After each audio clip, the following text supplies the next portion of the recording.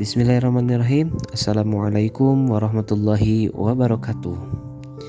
Salam sejahtera teman-teman semua. Insya Allah pada kesempatan kali ini saya akan membahas materi bagian dari pembelajaran PAI kelas 10 di kurikulum Merdeka, yang mana materi tersebut berjudul Roja kepada Allah, Bukti Cinta kepada Allah dan Solusi Segala Permasalahan. Sebelumnya, izinkan saya memperkenalkan diri. Nama saya Irfan Fadlan Maulana, kelahiran Sumedang 1 Oktober tahun 2000.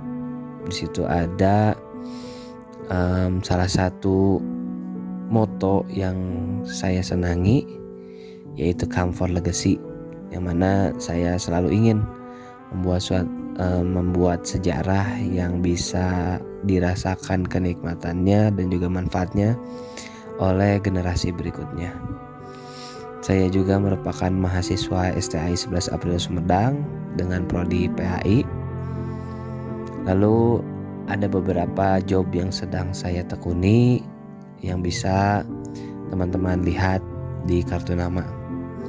Lalu akun Instagram saya, FB saya, dan juga channel YouTube saya bisa teman-teman follow dan juga bisa teman-teman berteman di sana. Baik, lanjut pada slide berikutnya mengenai tujuan pembelajaran, yang mana pada kesempatan kali ini tujuan pembelajarannya yaitu memahami hakikat masalah sebagai awal mula memahami tentang materi roja.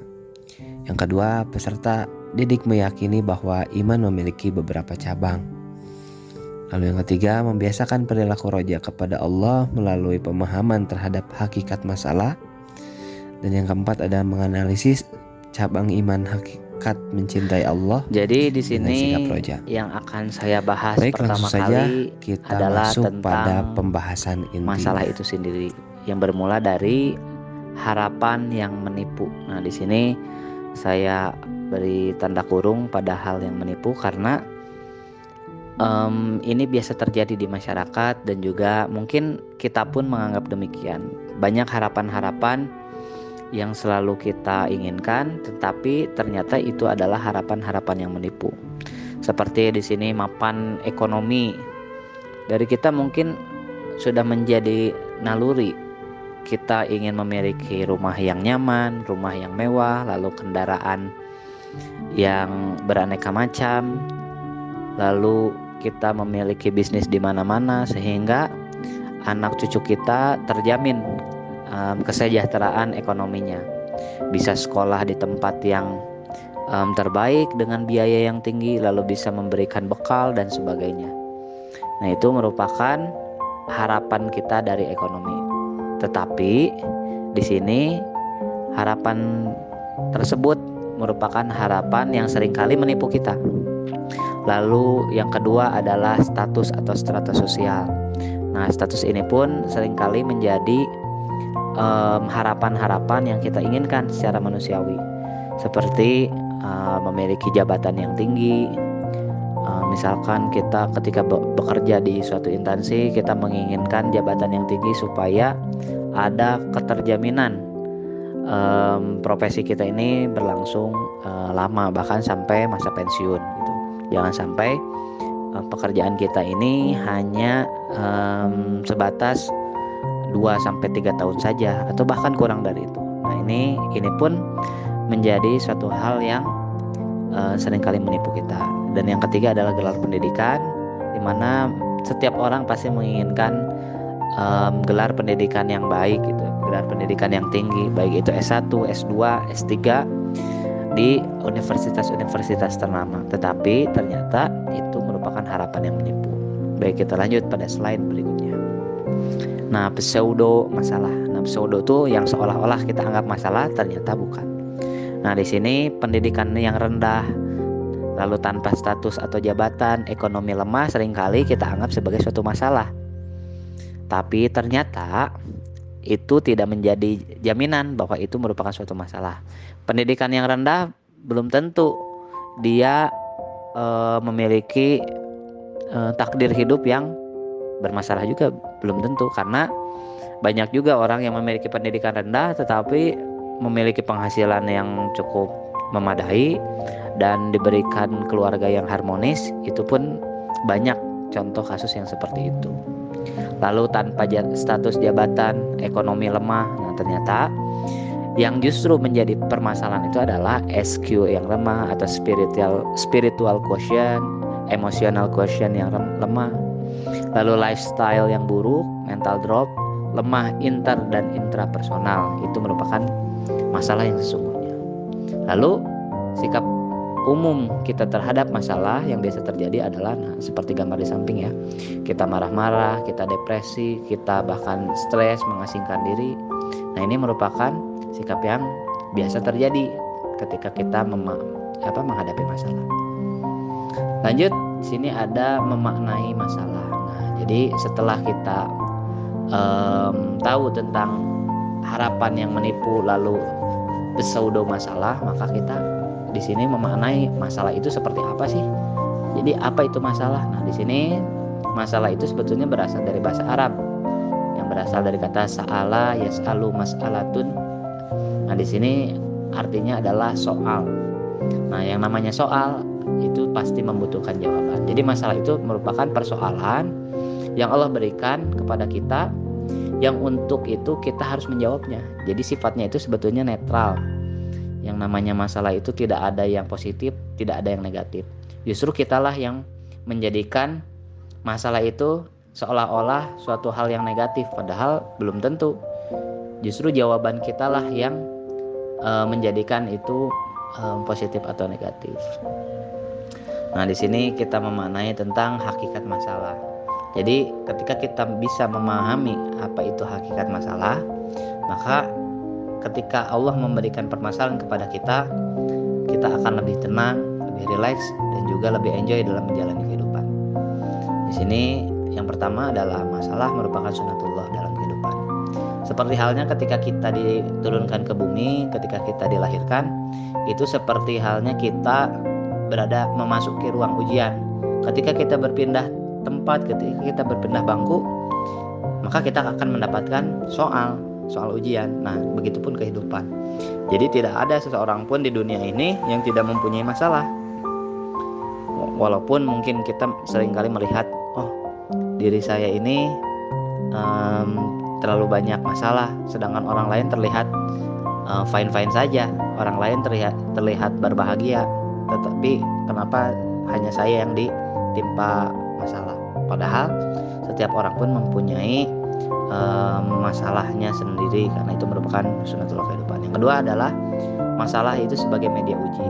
Tadi kan soal itu, kita itu diberikan masalah itu seperti soal ujian. Nah, ini sebagai media uji kita, apakah kita layak untuk naik kelas di hadapan Allah Subhanahu wa taala atau tidak. Yang ketiga, hakikat masalah itu bukan sebab kehancuran. Jadi seringkali kita menganggap ketika kita diberi masalah itu seolah-olah kita akan hancur, padahal bukan. Justru ketika kita diberikan masalah itu, Allah ingin kita menjadi lebih tangguh. Kita menjadi manusia yang mempunyai kepribadian yang kuat gitu. Lalu yang keempat, media ma'rifatullah. Media ma'rifatullah ini maksudnya dengan masalah itu kita lebih mengenal Allah. Dengan masalah itu kita kembali kepada Allah yang memberikan masalah itu. Jadi dengan bermakrifat kepada Allah, kita akan senantiasa mencari makna di balik apa yang sedang kita alami, baik keadaan yang senang maupun keadaan yang tidak kita senangi. Justru kita itu ujian terberatnya adalah ketika kita diuji dengan hal yang kita senangi. Sebab pada kondisi tersebut nafsu kita diberikan makanan, maka kita lupa untuk memahami apa maksud Allah menurunkan kenikmatan tersebut. Nah, dan yang kelima adalah pertanda cinta Allah. Ketika kita meyakini bahwa permasalahan itu adalah tanda cinta Allah kepada kita, tanda Allah itu ingin dekat dengan kita, maka kita akan menghadapi permasalahan dengan lebih rileks gitu. Nah, ini slide berikutnya, hikmah di balik masalah. Nah, kembali mendekat kepada Allah, memperbaiki diri dari kekurangan dan kelemahan dan keterbatasan, lalu meninggikan derajat kita di sisi Allah Subhanahu wa taala. Nah, sikap yang benar terhadap masalah seperti apa?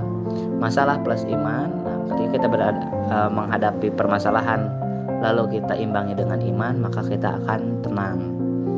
Ala bizikrillah tatmainnul qulub. Nah, ini dalilnya. Lalu masalah plus ilmu akan menjadi wawasan. Lalu masalah plus sikap positif maka akan menghasilkan solusi. Seperti itu. Nah, ini ada habituasi atau bagaimana cara kita supaya terbiasa ketika menghadapi 1000 masalah kita tetap tenang, kita tetap berwawasan, lalu maka kita akan mendapatkan solusi. Nah, lalu kaitannya seperti apa dengan roja kepada Allah?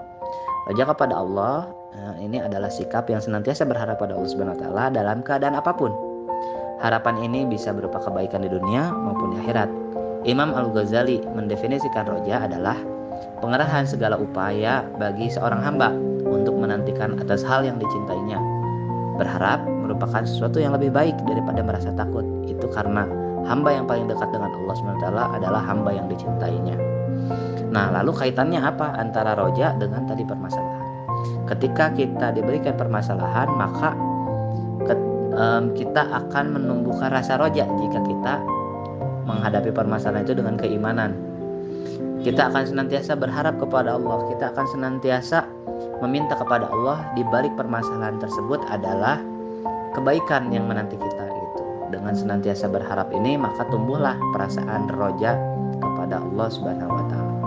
Maka perasaan ini sudah menjadi sepatutnya bagi seorang muslim dimiliki, karena di dunia ini tidak ada lagi hal yang lebih kuat, tidak ada lagi hal yang mampu membolak-balikan segala keadaan itu kecuali Allah Subhanahu wa taala. Maka dengan memahami hakikat masalah itu akan muncul sikap roja. Nah, di sini di slide berikutnya, sikap seorang muslim yang sudah tertanam sifat roja kepada Allah ini di gambar yang pertama ada orang yang menyeberangi jurang dengan santai, dengan tenang, karena dia meyakini bahwa dengan kemampuan yang dia miliki, lalu dia meyakini bahwa Allah senantiasa membantu kita, maka ujian seberat apapun akan dilalui dengan penuh keyakinan. Nah, dan yang kedua, nah ini sebetulnya hampir bertolak belakang tetapi masih ada keterkaitan. Jika tadi penuh dengan keyakinan, nah di gambar yang kedua ini ada pria yang sedang berdoa.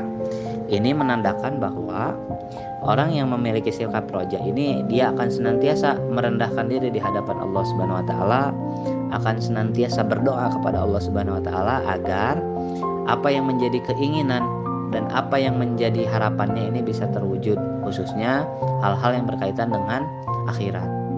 Nah, di sini yang ketiga ini ada gambar tunas muda yang tumbuh di antara celah-celah aspal. Nah, ini roja itu seperti halnya harapan yang muncul ketika kita berada dalam permasalahan.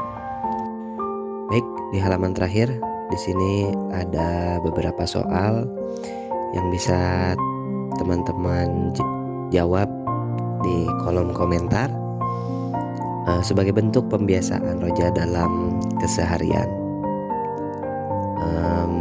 Insya Allah nanti jawaban-jawaban dari teman-teman semua itu akan membantu teman-teman untuk lebih memahami dan juga mampu untuk melakukan pembiasaan roja dalam keseharian. Baik, itu saja mungkin materi pada hari ini. Mudah-mudahan apa yang saya sampaikan bisa dimengerti dan juga bisa difahami, dan semoga sikap roja ini bisa teman-teman semua miliki agar segala permasalahan dalam kehidupannya bisa kita lihat dari sudut pandang yang netral dan mampu untuk memberikan jawaban-jawaban positif. Sekian dari saya, mohon maaf apabila ada kekurangan. Wassalamualaikum warahmatullahi wabarakatuh.